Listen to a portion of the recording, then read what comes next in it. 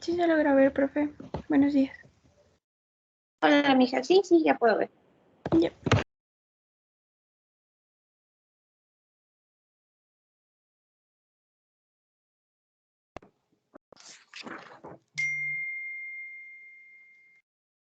Ya, buenos días, Inge, buenos días, compañeros. Nuestro grupo va a exponer sobre la aplicación de los polímeros en la industria. Los integrantes son Iván Valdivieso, Camila García y mi persona.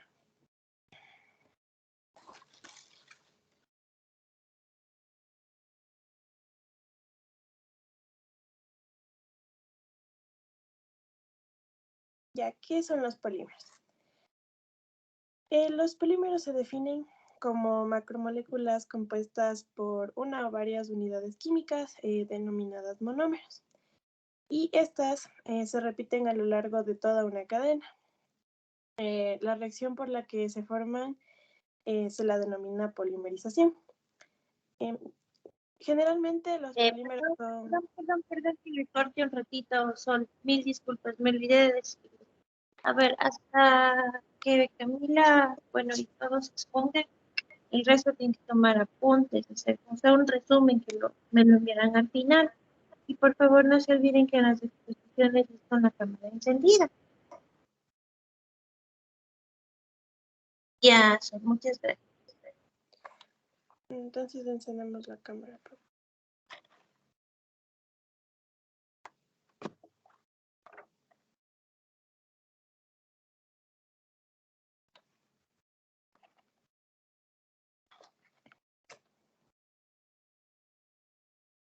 Ya, continúo entonces.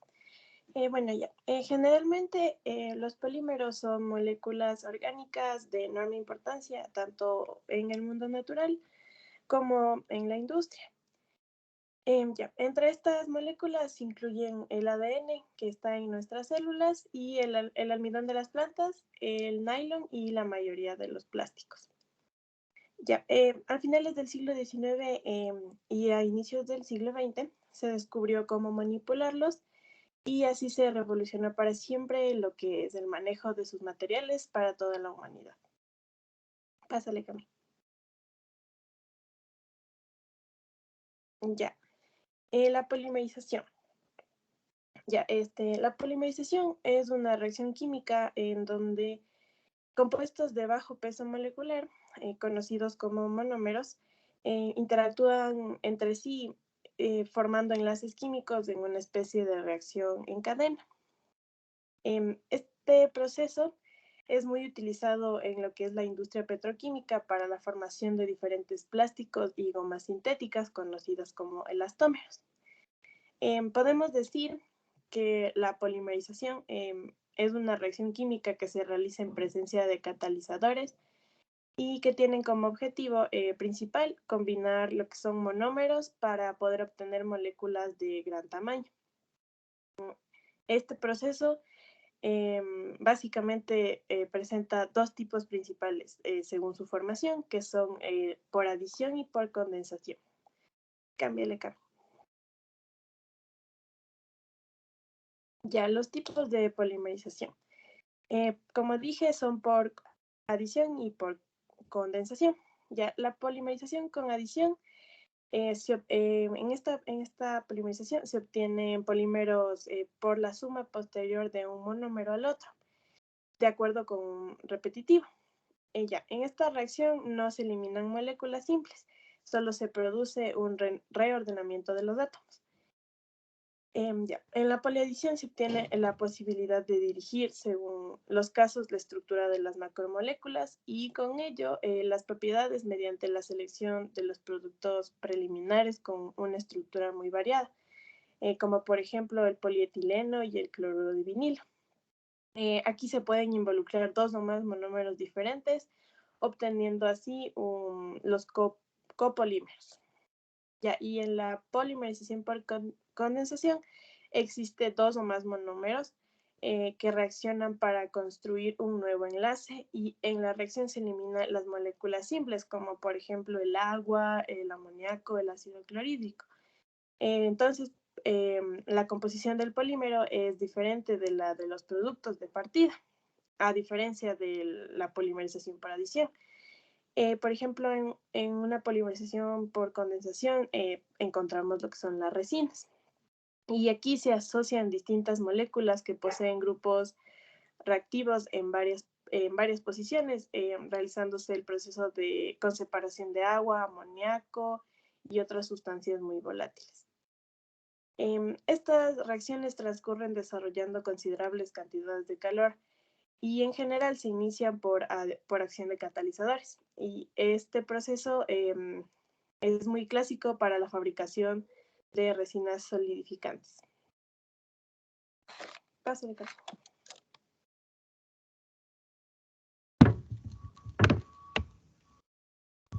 Ya.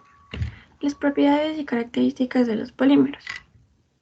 En líneas generales, los polímeros son malos conductores eléctricos, por lo que suelen emplearse como aislantes en la industria eléctrica. Por ejemplo, el plástico como envoltorio en los cables.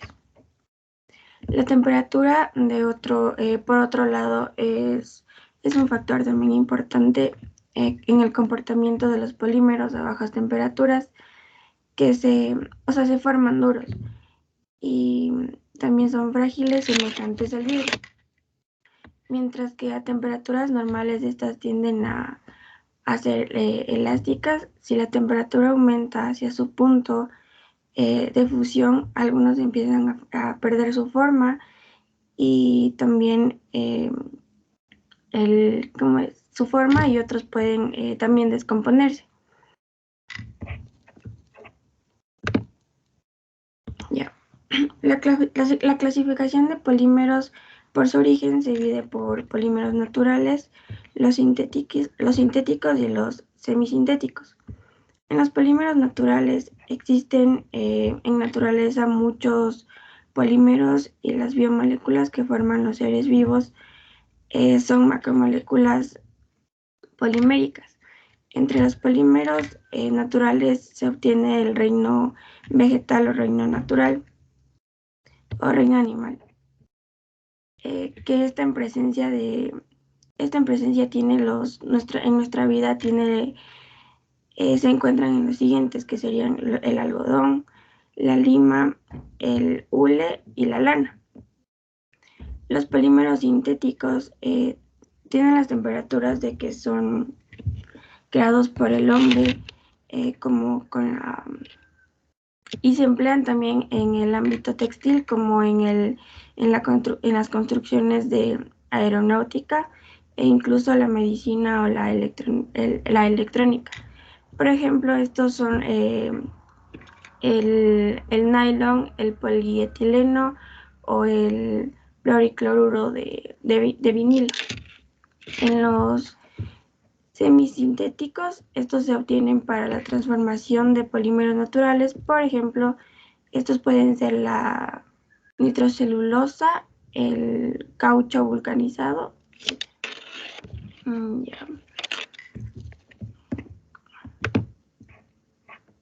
Los polímeros, según sus aplicaciones, estos pueden ser elastómeros, plásticos, fibra, recubrimiento y adhesivos.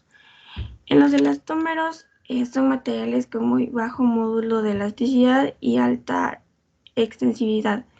Estas se puede decir que deforman mucho al someternos a un esfuerzo para recuperar su forma inicial al eliminar el esfuerzo.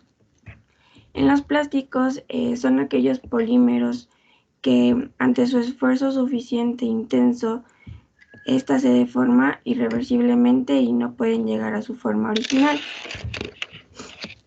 En la fibra presenta un módulo de elasticidad y baja extensibilidad, lo que permite confeccionar tejidos cuyas dimensiones pertenecen estables. El recubrimiento son sustancias normales, líquidas, que se adhieren a la superficie de otros materiales para obligarles a algunas propiedades, por ejemplo, a la resistividad al desgaste. Y por último, los adhesivos, que son sustancias que contienen una alta adhesión de una alta cohesión, lo que permite unir a dos o más cuerpos por contacto de superficial.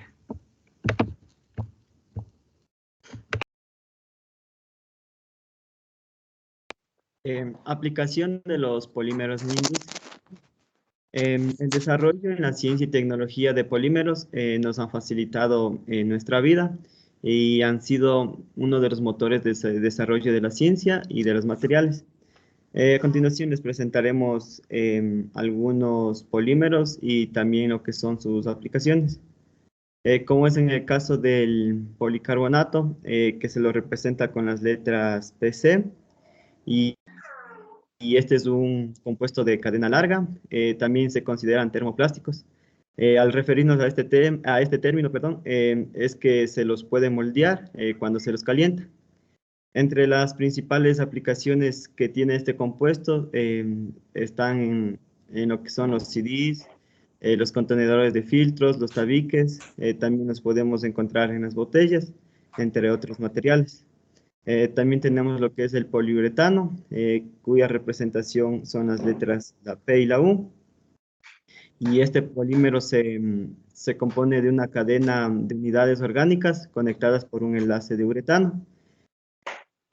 Este polímero se lo utiliza en la fabricación de placas, en acolchados de automóviles, también en aislamientos térmicos en ropa impermeable, en marcos, en recubrimientos, en cinturones y también como lo vemos en las imágenes, en las esponjas. También tenemos el poliestireno. Su representación va a ser con las letras PC y es un polímero formado por polimerización del monómero del estireno. Este polímero forma parte de los termoplásticos, que ya les había mencionado este término anteriormente, que se pueden moldear al calentarlos y lo que les da una mayor flexibilidad. Los podemos encontrar en la fabricación de aislantes térmicos, en rejillas de aire acondicionado, en piezas de automóviles y también principalmente en lo que son los juguetes. Siguiente.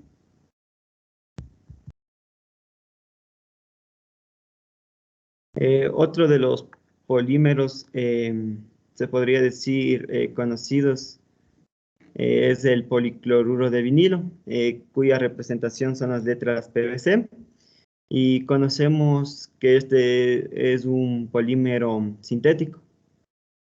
El policloruro de vinilo es uno de los productos, es uno de es uno de los que más se producen en el mundo y se pueden caracterizar como rígido o también como flexible. Sus principales aplicaciones se encuentran en lo que son en tabiques, en baldosas translúcidas. Principalmente lo conocemos al policloruro de vinilo por lo que son en las tuberías y conexiones para agua, y también lo pueden contener las persianas y las alcantarillas. El siguiente polímero es el polipropileno, cuya representación son las letras PP, y este es un compuesto termoplástico producido por la polimerización mediante la adición del monómero del propileno. Entre sus principales aplicaciones se puede aplicar en recipientes para alimentos, en productos químicos, en fibras, en películas orientadas, también como podemos ver en las imágenes en suministros hospitalarios, entre otros. También tenemos lo que es las poliamidas, o también como nosotros lo conocemos, que es el nylon, y simplemente son plásticos cuyas estructuras están formadas por la molécula amida. Es decir, están conformados por un átomo de carbono, uno de oxígeno, uno de nitrógeno y también uno de hidrógeno. Y una de las mayores aplicaciones del nylon es en la industria textil, ya que este permite obtener fibras muy resistentes. Siguiente.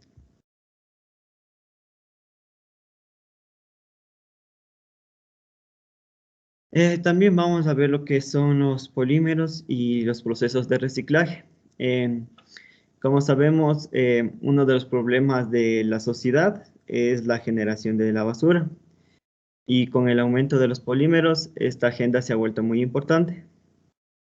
Esto se debe a que los métodos de descomposición y recolección de materiales no son eficientes, pero tenemos una solución o una alternativa que en este caso pueden ser los polímeros biodegradables.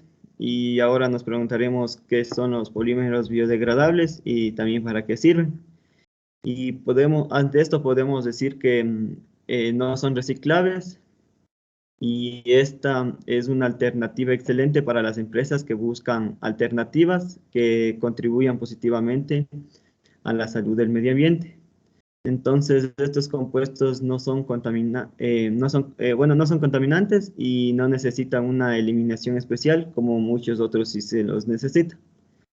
Y por último, vamos a hablar sobre los polímeros en nuestra vida. Diariamente, donde quiera que estemos, nos vamos a encontrar por lo menos con uno o varios polímeros, ya que estos son esenciales en todas las actividades que realizamos diariamente. Simplemente nos satisfacen necesidades para hacernos la vida, se podría decir, un poco más fácil, ya que estos se encuentran en un gran porcentaje de materiales que usamos en un sinnúmero de cosas. Podemos decir que van desde los alimentos hasta transportarnos a largas distancias. Siguiente diapositiva.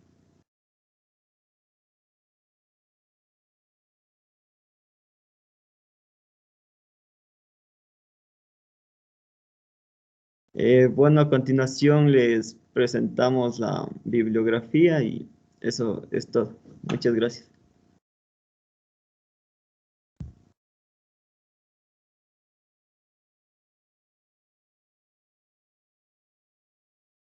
Gracias, Milton. A ver, vamos con el grupo de pinturas y colorantes.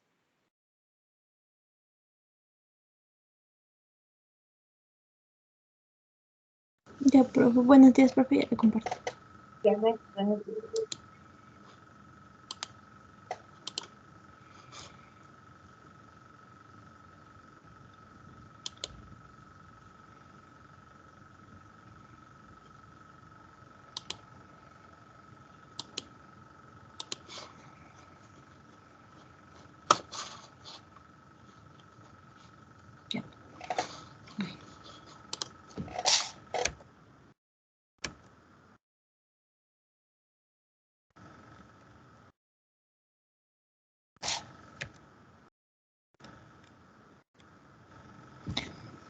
Buenos días, licenciada. Buenos días, compañeros. Los integrantes de mi grupo son Pablo Chazpanda, Vicky Valladares y mi persona. Nuestro tema es colorantes y pigmentos. Ya. La definición de colorantes. Un colorante es un compuesto orgánico que al aplicarlo a un sustrato, generalmente una fibra, un cuero, papel, plástico o alimento, le confiere un color más o menos permanente. Un colorante se aplica en disolución o emulsión y el sustrato debe tener cierta afinidad para absorberlo. Los colorantes en general son solubles en medio en el que se lo aplica o en el producto final. En cambio, un pigmento es una partícula sólida que es insoluble en un vehículo en el cual es dispersado. Este imparte el color mediante la absorción visible de luz y se emplean principalmente para colorear plásticos, para pinturas sin tintas de imprenta. Para poder diferenciar los colorantes de los pigmentos, tenemos que saber que un colorante tiene que ser aplicado en forma soluble y los pigmentos tienen que ser dispersos en un vehículo líquido.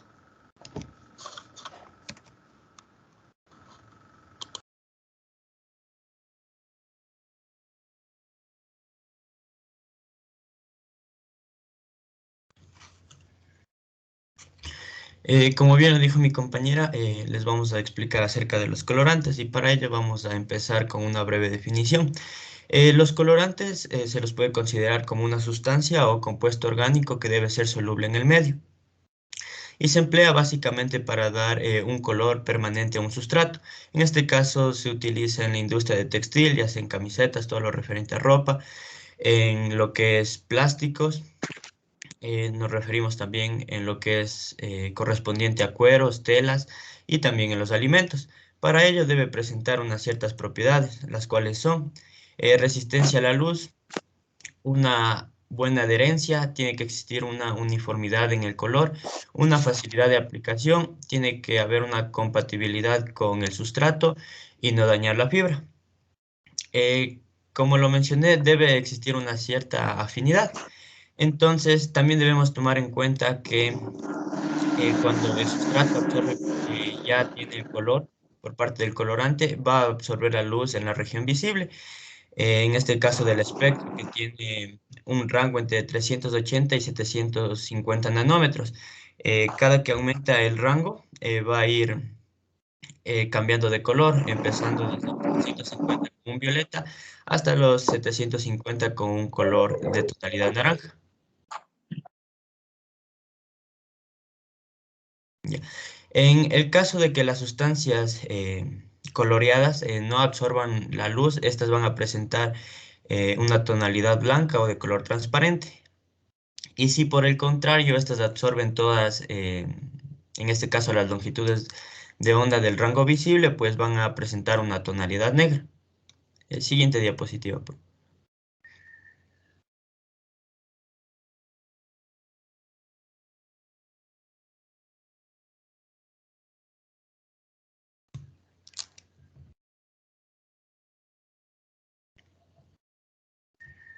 ¿Me ayudas con la diapositiva, por favor?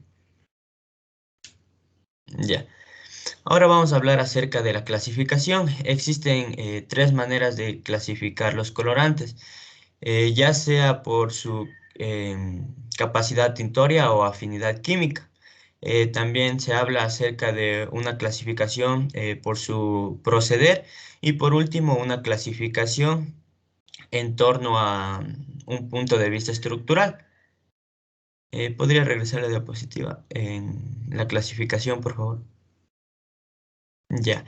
Por afinidad tenemos tres tipos que son ácidos, básicos y sustantivos.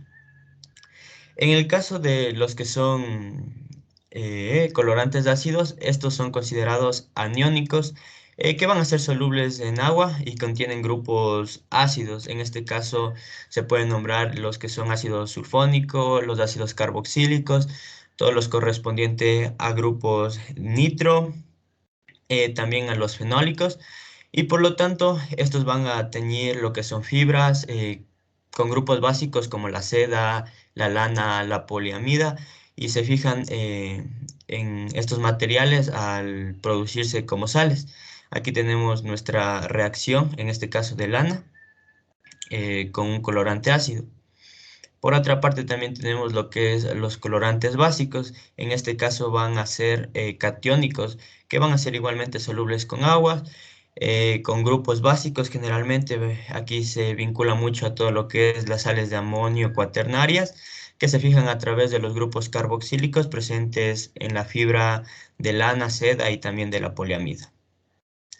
Y por último tenemos a lo que son los sustantivos colorantes, que también son considerados como colorantes directos. En este caso ellos van a presentar una estructura más alargada que se van a adaptar a las fibras celulares del algodón, el lino, al cuales se mantienen unidos por puentes de hidrógeno, por lo cual se los conoce como colorantes directos.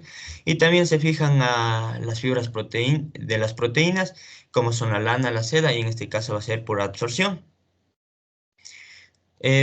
La clasificación en cuanto a su procedencia va a ser de tipo animal, vegetal y de tipo artificial o sintético.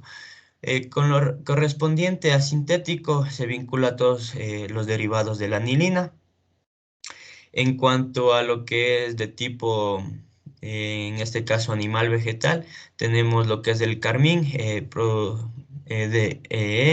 es obtenido del ácido carmílico, a su vez obtenido de la cochinilla, que es un animal.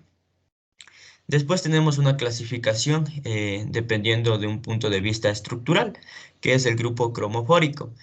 responsables de la presencia del color en una sustancia orgánica. Son ricos en enlaces pi y van a presentarse enlaces doble carbono-carbono, de carbono-oxígeno, nitrógeno-nitrógeno, nitrógeno-oxígeno.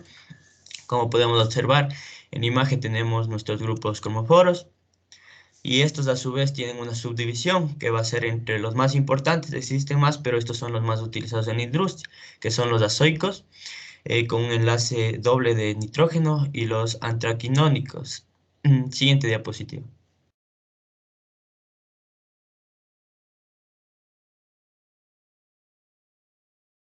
Como ejemplos tenemos en el caso de lo que es un colorante ácido, la eosina, también se puede nombrar la safranina, la fucsina básica, el cristal de violeta.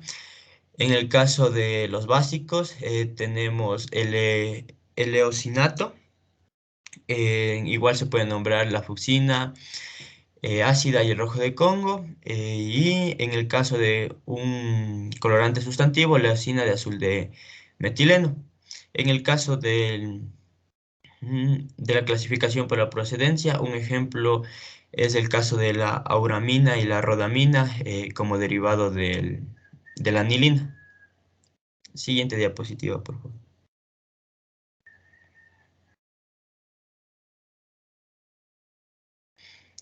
Y un dato muy curioso es que, como les expuse, en ambos casos la coloración se lleva mediante un proceso de intercambio iónico. Entonces este proceso es reversible, lo que permite obtener una buena coloración, pero también tiene un defecto, que es mientras más se lava, se va a descolorear. Bueno, ahora la clasificación en este caso según el grupo cromóforo. Vamos a tener dos, que son los azo y los antraquinónicos. En el caso de los azo, van a ser los más consumidos en la industria y se caracterizan por la presencia del doble enlace nitro en la molécula que une al menos dos anillos aromáticos. Como podemos observar en la imagen, un ejemplo es el azo naranja 1 como ejemplo primordial.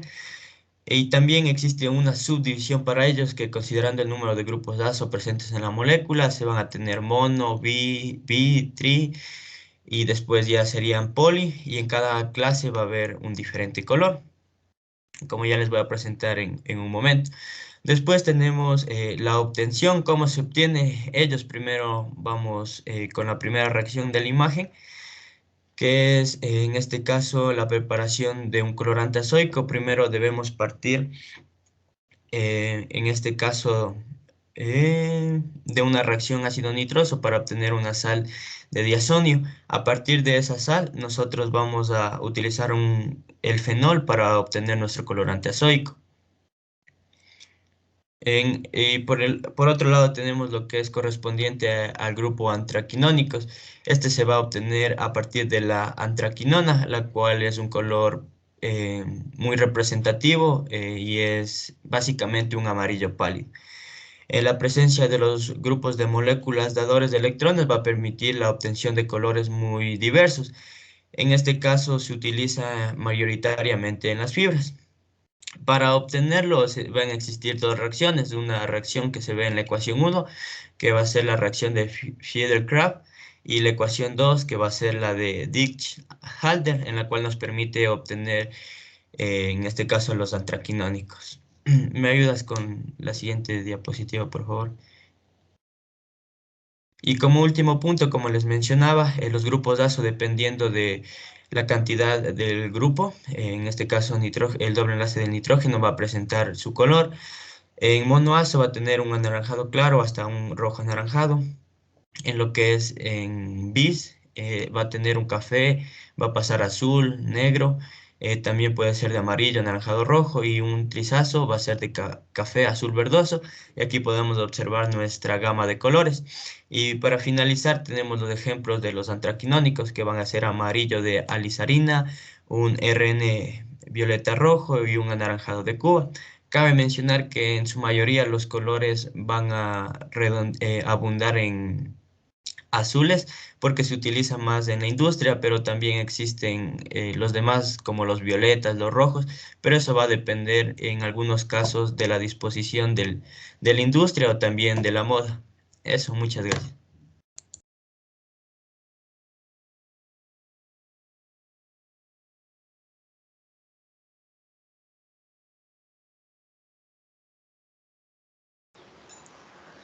Bueno, en el caso de los pigmentos tenemos los orgánicos y los inorgánicos. Los orgánicos se caracterizan por tener carbonos en su estructura y además colorean mucho más que los inorgánicos.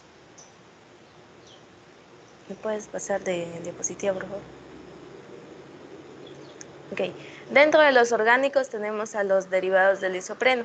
Estos tienen algo en común. Tienen una combinación de enlaces dobles y simples.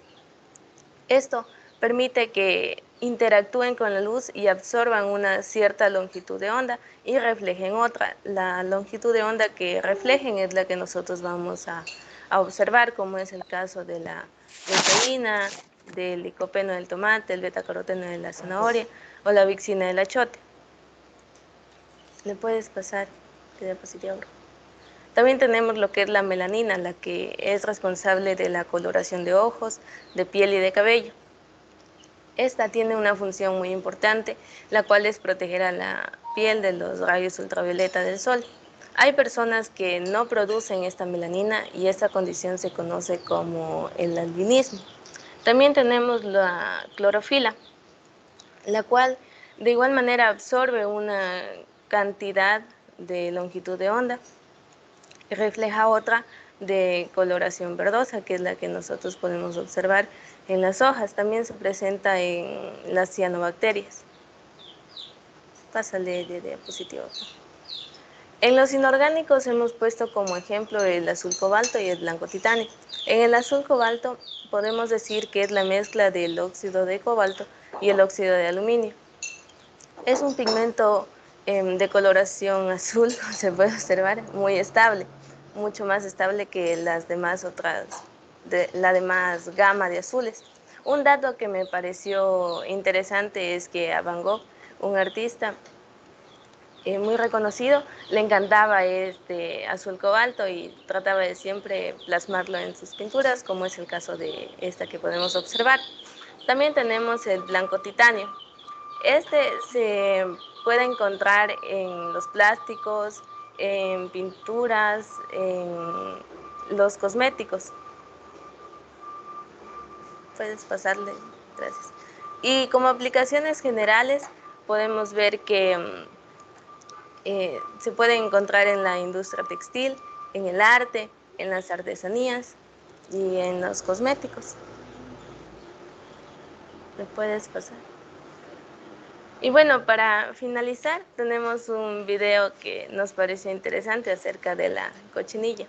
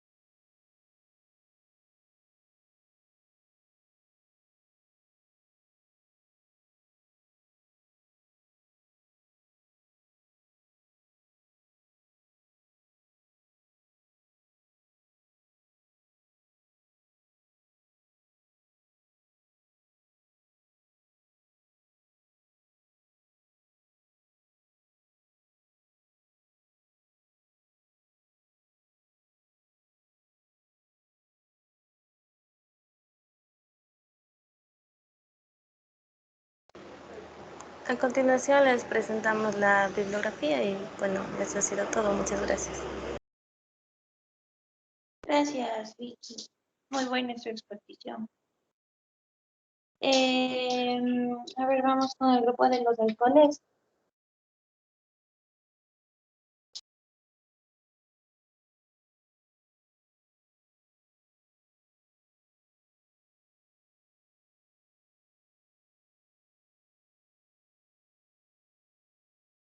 Ya, profe, yo le comparto. Ya, gracias.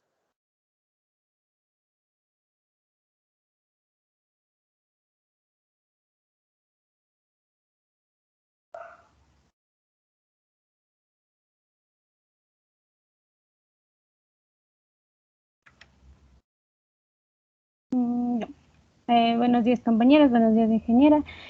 En este grupo les ha tocado exponer sobre los dos alcoholes más simples, que son el etanol y el metanol.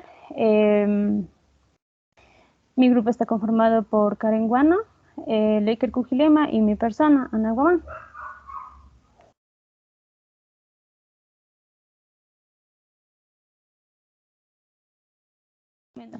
De forma general, voy a dar una pequeña introducción de lo que es el metanol y el etanol. Bueno, estas son las dos formas más simples de alcoholes en la química orgánica.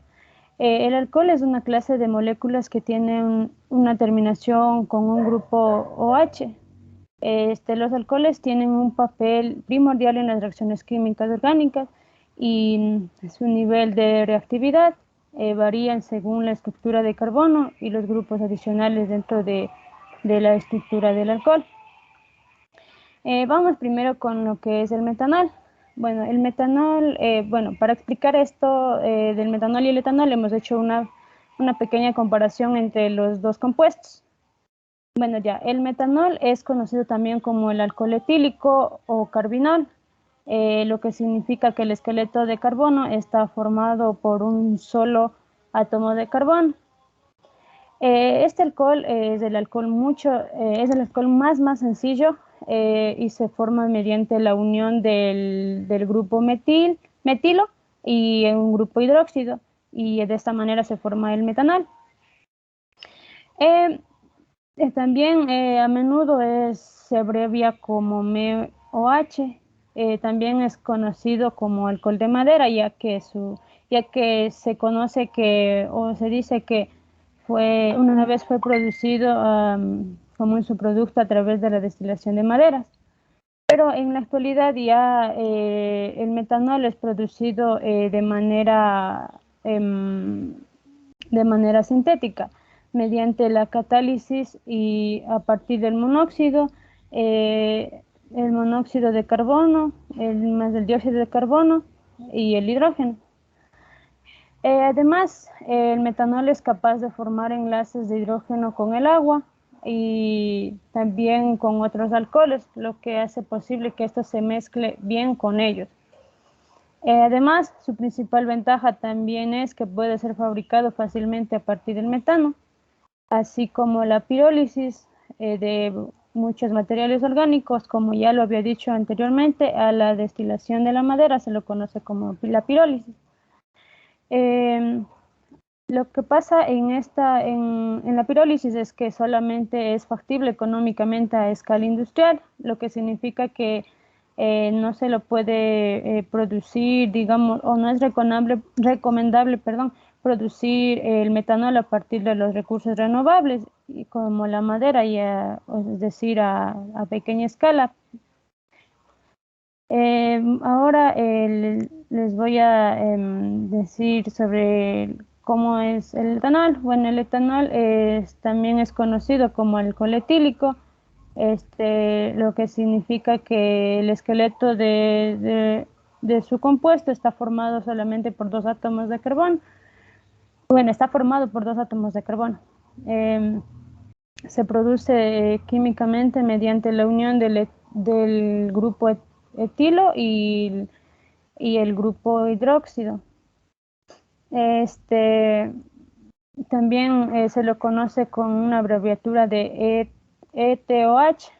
Es un alcohol que se presenta como un líquido, y es el principal producto de las bebidas alcohólicas, como por ejemplo el vino tiene el 15% de alcohol, la cerveza un 5% y otros licores hasta un 50%. El etanol se produce por la fermentación del azúcar, especialmente de la glucosa. También se produce por la fermentación de maíz y otros productos en grano. Aquí en Latinoamérica el etanol es producido principalmente de caña de azúcar y para su uso comercial e industrial siempre es desnaturalizado. Esto quiere decir que se le adicionan pequeñas cantidades de sustancias nocivas para evitar su mal uso como bebida alcohólica.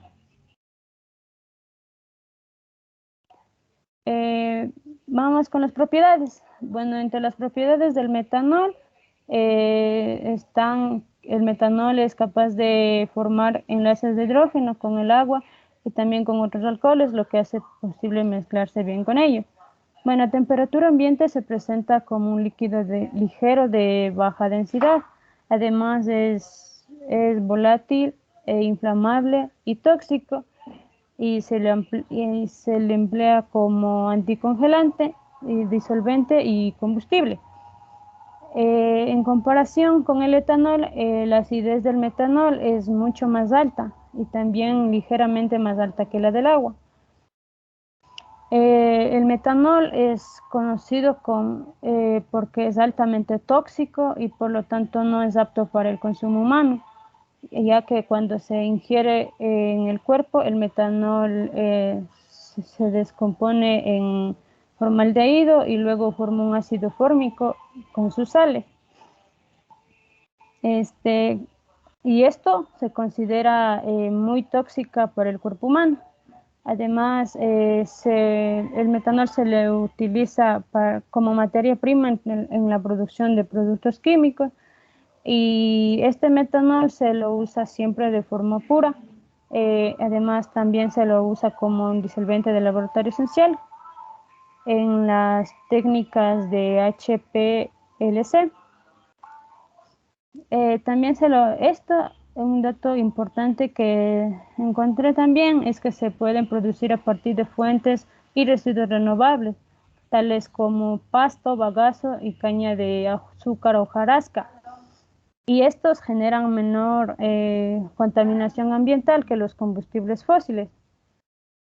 En cambio, el etanol también de la misma forma que el metanol es volátil y altamente inflamable. Esta se mezcla completamente con el agua debido a la formación de enlaces de hidrógeno. Además es capaz de mezclarse con otros alcoholes también. Aparte de sus numerosas reacciones con otros disolventes orgánicos, el etanol también actúa como un ácido débil. Sin embargo, su acidez es mucho más débil que la del agua, y a cambio un ion etóxido se vuelve más básico que un ion hidróxido. En su uso más sobresaliente y frecuente es como un aditivo para la gasolina, de la gasolina común, es decir, usando un 10% de etanol, y esto es lo que es más recomendable para usar en la gasolina. En comparación con los combustibles convencionales, tiene el potencial de producir menos emisiones de contaminantes. Además, es un recurso muy renovable que facilita la dependencia reducida de las importaciones de petróleo. A continuación, mi compañera.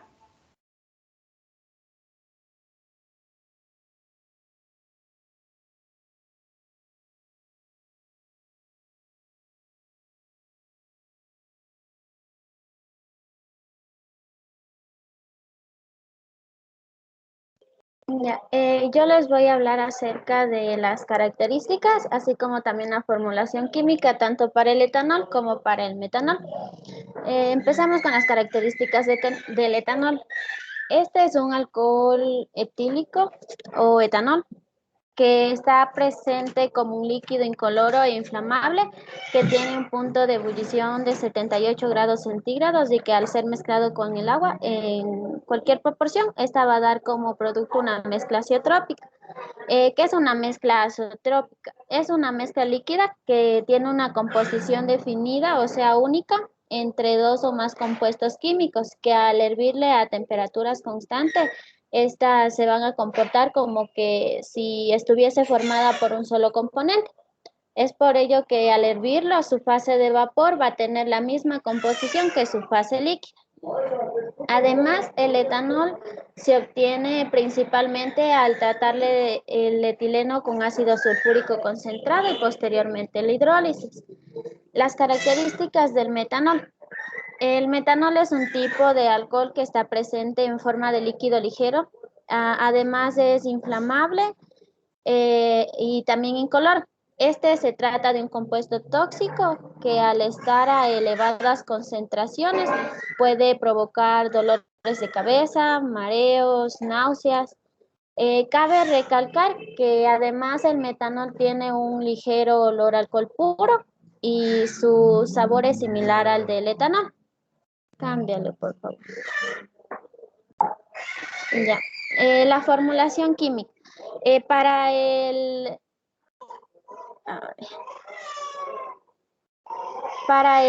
etanol, su fórmula es C2H6O, es decir, que se encuentra formada por 2 átomos de carbono, 6 átomos de hidrógeno y 1 átomo de oxígeno, mientras que para el metanol su fórmula es CH4O, es decir, que se encuentra formado por 1 átomo de carbono, 4 átomos de hidrógeno y 1 átomo de oxígeno. A continuación, mi compañero.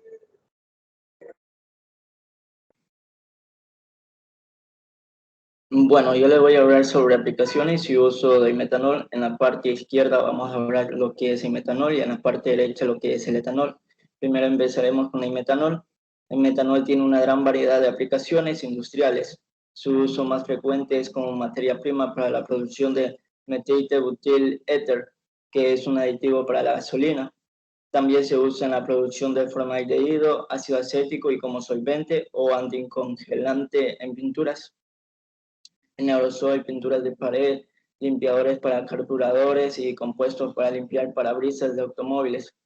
Metanol es un sustituto potencial del petróleo. Se puede usar directamente como combustible, reemplazando la gasolina en las mezclas gasolina-diésel. Se usa en sistemas de refrigeración, por ejemplo, en plantas de etileno y como anticongelante, en circuitos de calentamiento y enfriamiento. Vamos a hablar sobre las aplicaciones y el uso del alcohol etílico en la parte derecha. Aquí nos dice que es un buen disolvente y puede utilizarse como anticongelante, también es un desinfectante.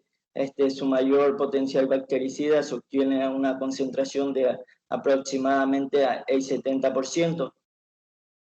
En la industria química lo utiliza como compuesto de partida en la síntesis de diversos productos como el pegamento y también pinturas. Se emplea como combustible industrial y doméstico. Además contiene compuestos como la piruvidos exclusivamente a los alcoholes. Esta última aplicación se extiende también cada vez más en otros países para cumplir con el protocolo de Kioto. Como se ha mencionado dentro de los usos del alcohol etílico, el más difundido es la elaboración de bebidas alcohólicas, uno de los más conocidos, sin embargo. Al etanol también se lo emplea en la industria como un compuesto de partida para la sintetización de diferentes productos y en las áreas como la farmacéutica y de cosmética. Siendo la desinfección, la participación, la fabricación de ambientadores y perfumes. En la siguiente diapositiva vamos a hablar sobre los efectos sobre la salud en el metanol. Bueno, primero vamos a empezar por la inhalación. El metanol se absorbe rápidamente después de que se inhala. Los efectos asociados a la inhalación de metanol en concentraciones elevadas incluye tos, mareo, náusea, dolor de cabeza, debilidad y perturbaciones visuales. Encontraremos también el contacto de piel y ojos. Cuando se expone la piel al contacto con el metanol, se absorbe de forma inmediata, causando desecamiento y enrojecimiento de la zona implicada. El contacto directo con los ojos causa enrojecimiento y ardor severo.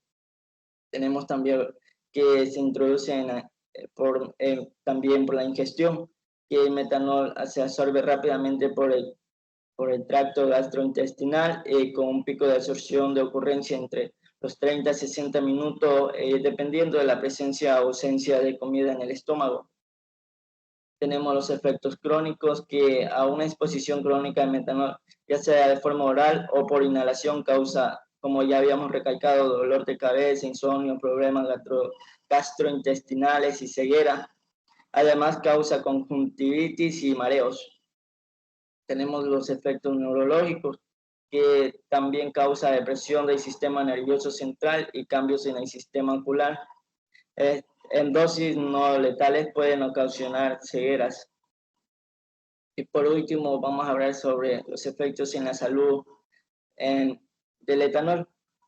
Sabemos que el etanol en sí es un sedante que provoca estadios clínicos que ponen en riesgo la vida por intoxicación aguda, por su utilización de manera crónica y por su presión alcohólica. La toxicidad guarda relación con la dosis. En pequeñas cantidades presente en el organismo, el alcohol surte efectos estimulantes, valores en sangre a menores a 50 miligramos por cada 100 mililitros. Difícilmente altera la función motora en forma relevante. Sin embargo, cuando la relación es mayor a 150 miligramos por 100 mililitros, se considera una intoxicación, la cual se manifiesta por ataxia, disartria y náuseas y vómitos. También vemos que los niveles en la sangre que se consideran mortales son los mayores a 350 miligramos por 100 mililitros. En los casos más graves, la intoxicación se caracteriza por depresión respiratoria, estupor, convulsiones, coma y finalmente puede producir la muerte. Gracias. A continuación le presentamos la bibliografía y muchas gracias. Ya, ok. Se les recuerda el resto de grupos que el tiempo de exposición mínimo era de 15 minutos y que no calificaba su nivel de lectura porque todos leen muy bien. Vamos con el grupo de los detergentes o jabones, por favor. Profe, ya le comparto.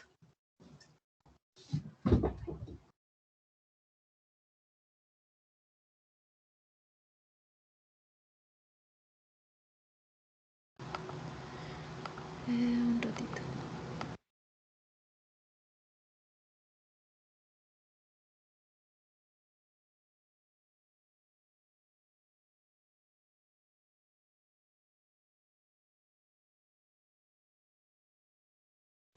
Profe.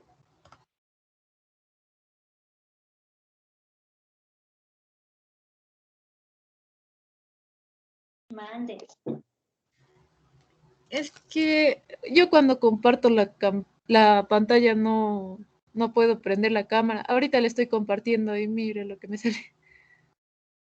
Pero no les debe ocurrir lo mismo. ¿Mande? No les debe ocurrir lo mismo al resto de sus compañeros de grupo. Bueno, ya voy a ver si es que mi otro compañero quiere compartir. Okay.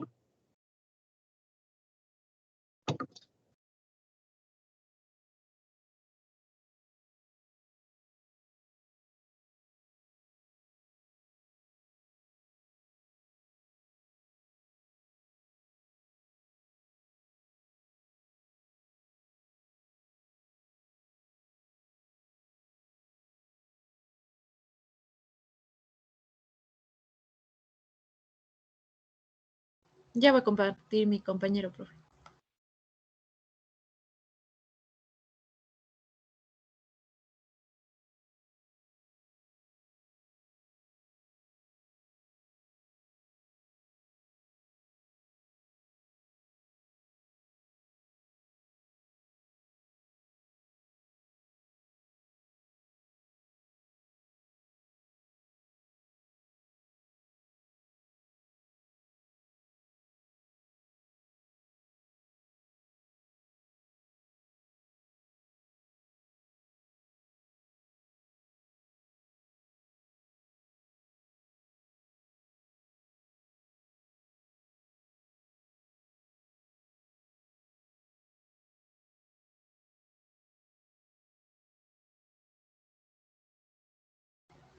Ya.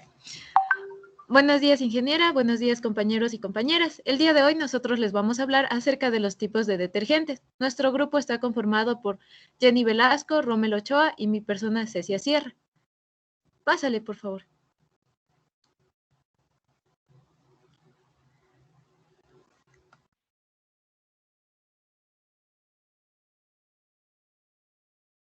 Bueno, Primero, hay que entender lo que es un detergente y cómo se utiliza.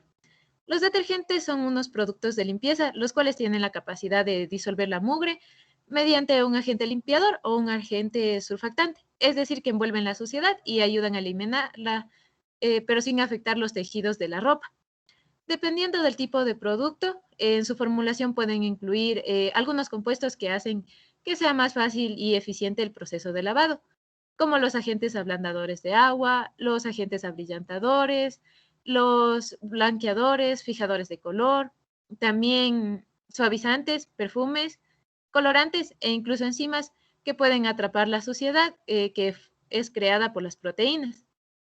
Existen muchas personas que suelen confundir a los detergentes con los jabones y es por eso que hay que recalcar una diferencia. Tanto los jabones como los detergentes parten de la misma estructura o de la misma base. La diferencia está en que los jabones se fabrican a partir de sustancias naturales, como lo son las grasas animales y los vegetales, mientras que los detergentes se elaboran a partir de materias primas sintéticas. Siguiente. Existen diferentes tipos de detergentes, entre los cuales tenemos los alcalinos, los ácidos, los neutros, los abrasivos y los enzimáticos.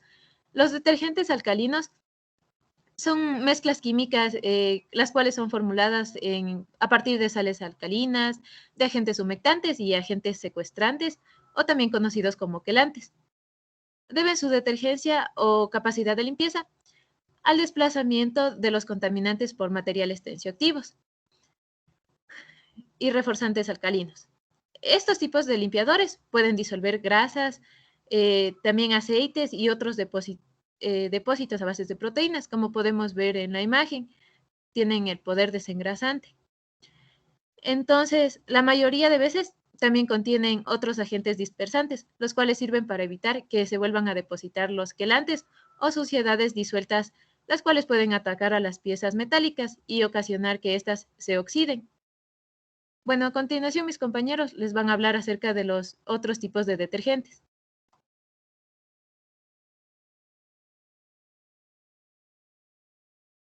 Bueno, yo les voy a hablar acerca de los detergentes ácidos y detergentes abrasivos. Los ácidos pueden ser orgánicos como el ácido láctico y el ácido cítrico. El ácido láctico lo encontramos en la leche, el ácido cítrico, como dicen, en cítricos como el limón.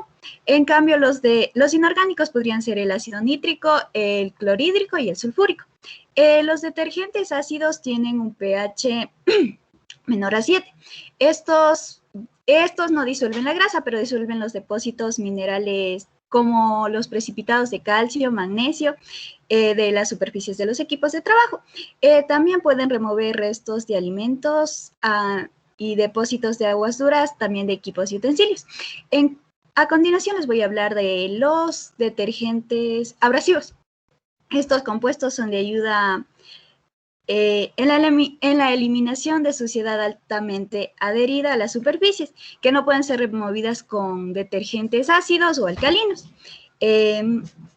También su uso obliga a un cepillado y enjuague con agua a presión. Son útiles para los suelos muy sucios o también la porcelana. Estos deben utilizarse con cuidado cuando se trata de superficies lisas, pues pueden dañarlas. Y también como recomendación, al utilizar tanto detergentes ácidos como abrasivos, hay que usar protección como guantes, lentes de protección y también mascarillas porque son tóxicos para la salud y al inhalarlos también o al tocarlos porque como los ácidos son altamente peligrosos como ya sabemos. A continuación mi compañera.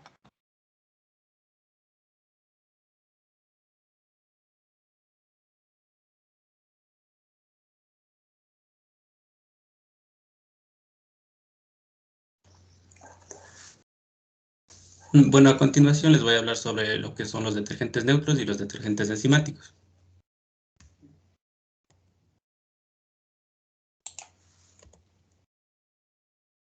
Bueno, sí, los detergentes neutros son productos adecuados para la limpieza que son de superficies que están moderadamente sucias o que requieren de una aplicación de forma manual. Estos productos presentan un buen poder desengrasante. y minimizando su peligrosidad para las personas que están aplicando y también tiene poca agresividad con los materiales sobre el cual se emplean. Normalmente son de usos domésticos. Los detergentes neutros son mezclas de agua y otros componentes químicos con un pH que está cercano a 7. Es por esto que son neutros. Los componentes químicos pueden incluir como aditivos, como por ejemplo tensioactivos e inhibidores de corrosión. Los tensioactivos son sustancias que disueltas en agua u otros líquidos hacen disminuir la tensión superficial y es por eso que aumenta el poder del mojante. Y los inhibidores de corrosión evitan daños en los materiales y prolongan su vida útil de estos mismos.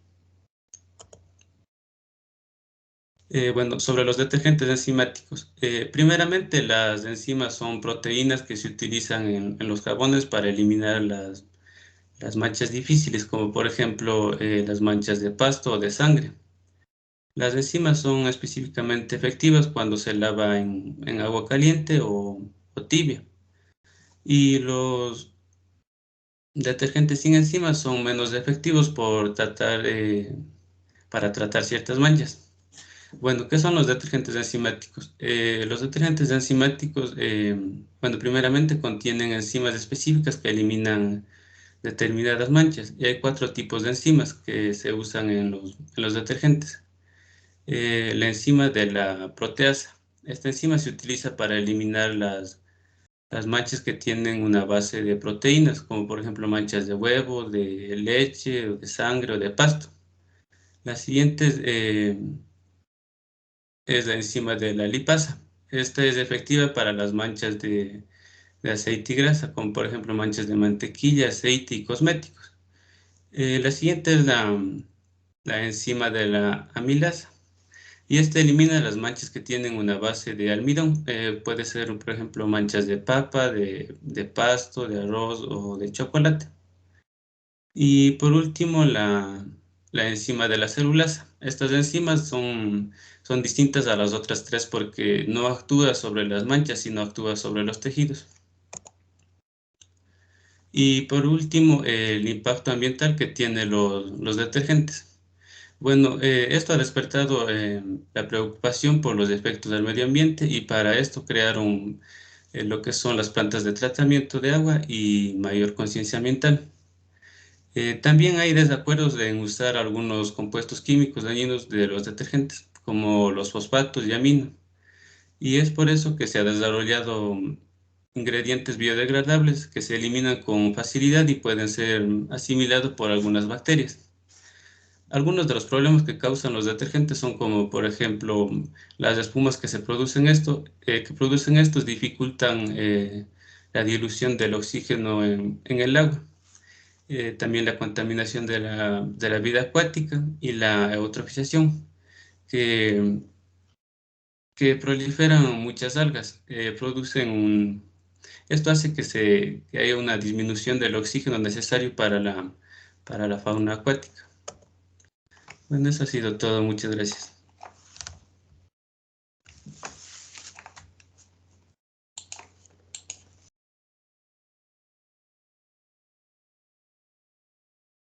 Gracias, chicos. A ver, ¿qué otro tema teníamos? Ah,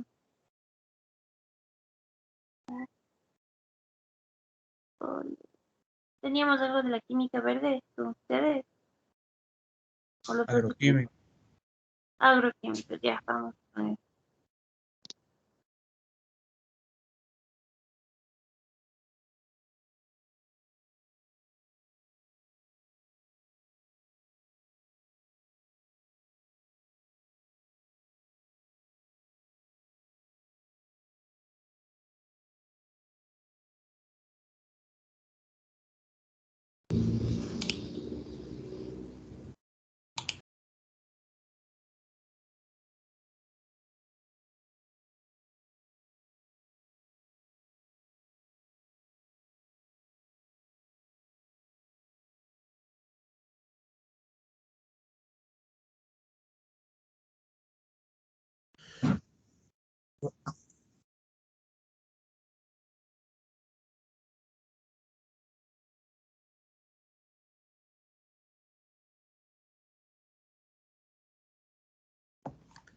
Buenos días, profesora, buenos días, compañeros. Mi grupo va a tratar el tema de industria agroquímica y está compuesto por mi compañero Fernando Cunalata, mi persona Luis Torres y Homero Uno.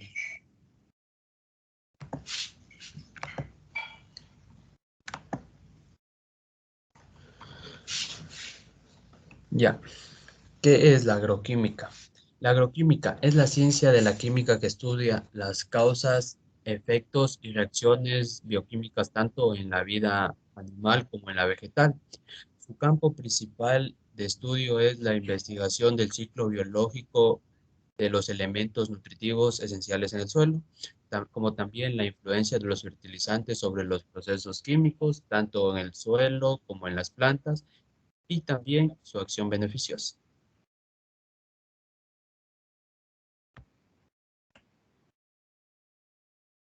La aplicación correcta de los fertilizantes solo se obtiene mediante la eficacia, cuando previamente se ha efectuado ciertos estudios necesarios sobre los cultivos y así conocer los elementos esenciales que estos necesitan. Y por eso, tal razón, es que los conocimientos de la química y de la fisiología vegetal son imprescindibles para así poder llegar a una conclusión acerca de los elementos fundamentales que éstas necesitan para su crecimiento. Y es por tal razón que el agroquímico debe tener en cuenta siempre la íntima relación que existe entre las plantas, suelos y fertilizantes. Y por tal modo se deduce que la agroquímica no es más que la síntesis de tres ramas: la fisiología vegetal, fertilizantes y suelo. Todas estas a servicio de la producción agrícola. El suelo a la planta no le sirve únicamente como sostén, sino que también es de ella donde extrae los elementos esenciales que ésta necesita y es el lugar donde los puede convertir en formas asimilables y no asimilables. Y esto dependerá también de la capacidad del agroquímico para resolver tal situación. Las plantas toman del suelo todo lo que necesitan para su desarrollo y además los ácidos que desprenden de sus raíces les ayudan a transformar los compuestos no asimilables, como por ejemplo la roca fosfórica. También cuando las plantas terminan su ciclo, su cosecha se recoge y los residuos vegetales se vuelven a incorporar al suelo para que así estimular la formación el desarrollo de los microorganismos e incrementar la materia orgánica en el suelo y de una u otra forma devolverle cierta parte de los nutrientes y todo lo que la planta ocupó para su desarrollo.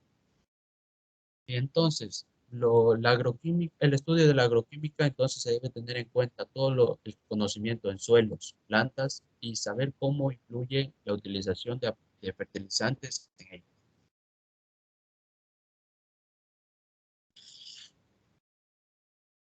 Producto agroquímico.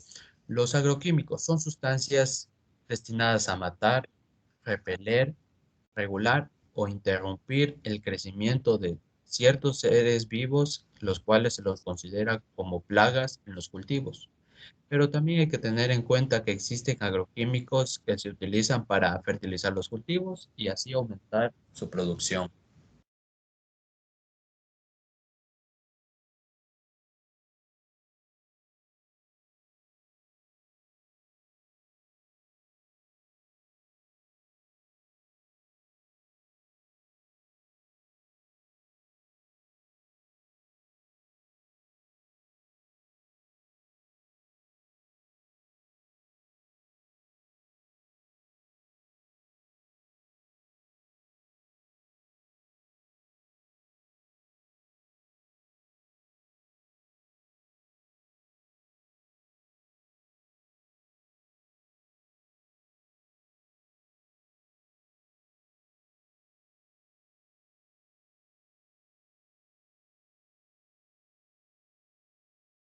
Parece que Homero no está, así que voy a continuar yo.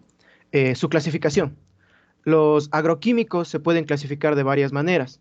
Las dos más usadas son según el agente patógeno que controla, como puede ser aglutinándose en insecticidas, herbicidas, fungicidas o entre otros, o también según el ingrediente activo, que es el IA predominante, o también el grupo químico que pertenecen como ser los clorados, los organofosforados y los sulfitos, las tiacinas, los metoxicrilatos y los triaxoles. También otras formas de clasificación es por su forma de acción, control, plaguicida de contacto sistemático, según su formulación o presencia del comercial, puede ser como polvos secos, líquidos, gaseosos, y por la época de aplicación del cultivo, puede ser por barbechos, permemergencia o postemergencia. ¿Se me escucha? Sí, eso te escucho. Ya, gracias, amigo. A ver, continuando con lo que decía Fernando, estos productos se clasifican también de acuerdo, como tenemos aquí en el gráfico, de acuerdo al destino de su aplicación. En la parte superior tenemos los insecticidas, herbicidas, fungicidas, acaricidas, y en la parte inferior tenemos los fertilizantes. Para dar una idea de qué es cada uno, los fertilizantes son agroquímicos utilizados para mejorar la calidad y el crecimiento de los cultivos. Estos se tratan de productos que aportan ciertos nutrientes esenciales para las plantas y además para incrementar la cantidad de raíces en el suelo y así facilitar el crecimiento y desarrollo de las mismas, o sea, de las plantas, con una mayor rapidez y mejor calidad. En la parte superior, en la parte de los plaguicidas, tenemos los insecticidas, que son aquellos utilizados para controlar las plagas e insectos. Los herbicidas que generalmente se utilizan para evitar el crecimiento de malezas, de plantas no deseadas. Y tenemos también los fungicidas, perdón, que funcionan igual que los insecticidas, pero en este caso eliminan cualquier clase de hongos. Cámbiale.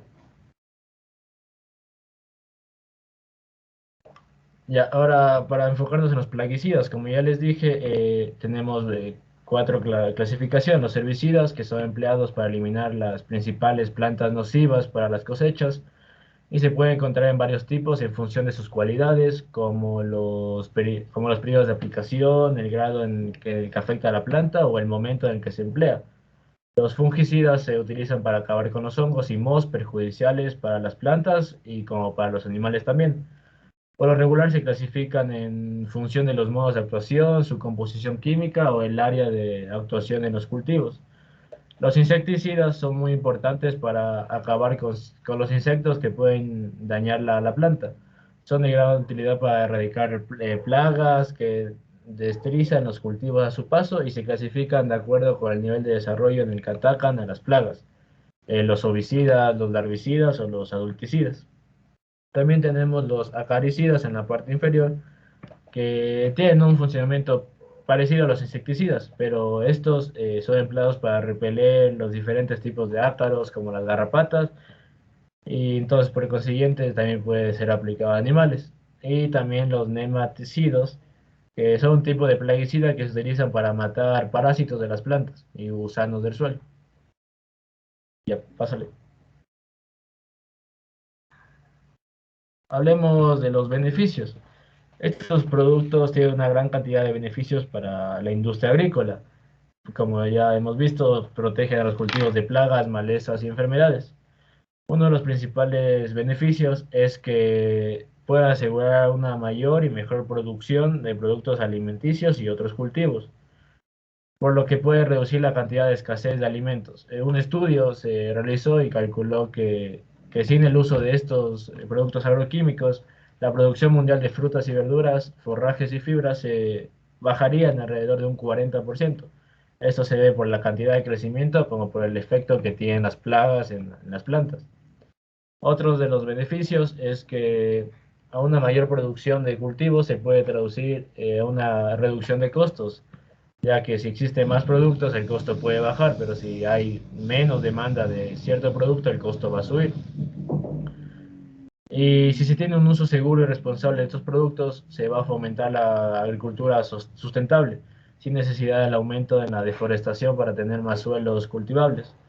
Los productos para la protección de cultivos permiten el desarrollo de la siembra directa y este reduce la erosión del suelo al mantener los niveles de nutrientes en el suelo.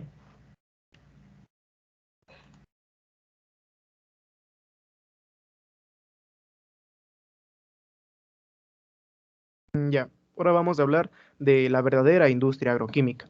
Desde la publicación de La Primavera Silenciosa de Rachel Carson a principios del año 60, el debate sobre los efectos que conlleva la utilización de agroquímicos sobre los seres humanos y la naturaleza se fue afianzando dentro del escenario científico, social y político. Hoy en día existen múltiples investigaciones que constatan los impactos negativos del uso de agroquímicos en la salud y en el medio ambiente. Según Margie, las consecuencias que tiene la salud humana son diversas, complejas y sistemáticas, y representan una importante amenaza a la salud pública. En general, los efectos de los agroquímicos están principalmente vinculados con intoxicaciones agudas, crónicas y peligrosas. En el año de 1990, la OMS estimaba que hubo más de 26 millones de intoxicaciones por plaguicidas por año, que hablamos principalmente del año del 2010 al 2015. Hoy en día, los datos más recientes indican que anualmente se producen unos 385 millones de casos de intoxicación aguda y unas 11.000 muertes por año, según Bodoker en el año 2020. La intoxicación crónica se asocia además con el desarrollo de otras patologías severas relacionadas con afecciones del sistema nervioso y respiratorio. De igual manera, estudios recientes enfatizan el vínculo entre la exposición de agroquímicos y el desarrollo de diferentes tipos de cáncer, como el de próstata, pulmonar y entre otros, al igual que enfermedades neurodegenerativas, como puede ser Parkinson y Alzheimer, así como perturbaciones endocrinas, patológicas, cutáneas y alteraciones del sistema inmunológico, hacen deficiencias reproductivas y afecciones pre- y postnatales. El empleo de agroquímicos tiene asimismo severas afectaciones ambientales.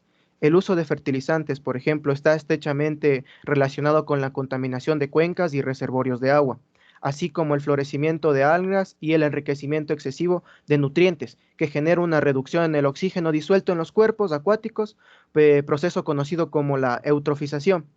El sobreenriquecimiento de nutrientes por el uso de fertilizantes también afecta a las zonas costeras. El proceso se denomina como epoxia costera o zonas muertas. Actualmente la epoxia costera afecta a unos 240.000 kilómetros cuadrados globalmente. La eutrofización por el exceso de uso de fertilizantes en nuestros tiempos es tan severa que hoy en día se denomina como eutrofización antropogénica. Por otro lado, los impactos ambientales por el uso cotidiano y extensivo de plaguicidas genera que los organismos vivos acumulen sustancias químicas más rápido que los que pueden eliminar, generando lo que son concentraciones más altas que las que existen en el medio, o también conocido como bioacumulación. Al ser consumido en el siguiente ciclo trófico de la cadena alimentaria, estos organismos transfieren estas sustancias químicas acumuladas, que se conoce como biotransferencia, aumentando así la concentración y su concentración en otros organismos. Ahora hablamos de los niños, según la ONU. Los niños entran en mayor contacto con los plaguicidas a través de la agricultura y es el sector que más lo emplea. Casi 100 millones de menores entre 5 y 17 años ocupan estas labores, pero los niños también pueden contaminarse cuando ayudan en las tareas de la casa, juegan en las zonas de cultivo o en los alimentos que consumen o en el agua que beben. La Organización de las Naciones Unidas para la Alimentación y Agricultura, o también llamada FAO, alertó de estos peligros y publicó una guía ilustrada con indicaciones de cómo protegerlos. Pasa a la siguiente.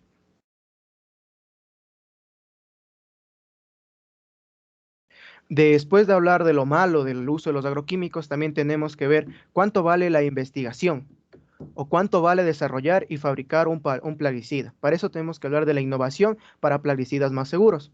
El proceso de investigación y desarrollo de un producto fitosanitario tiene un costo de 286 millones de dólares.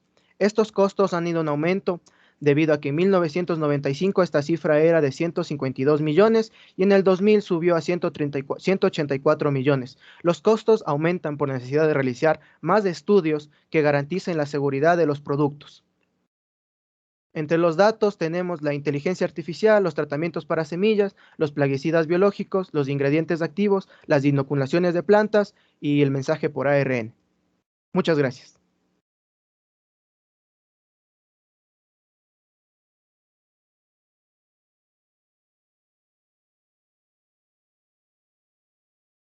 Ok, gracias, chicos.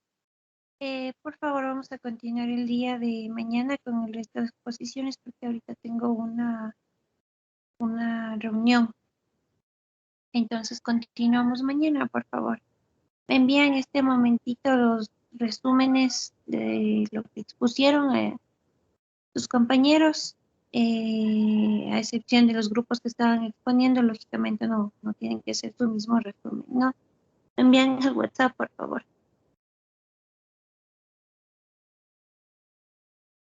Ya, profe. Ya, chicos, entonces que tengan un bonito día. Continuamos el día de mañana, por favor.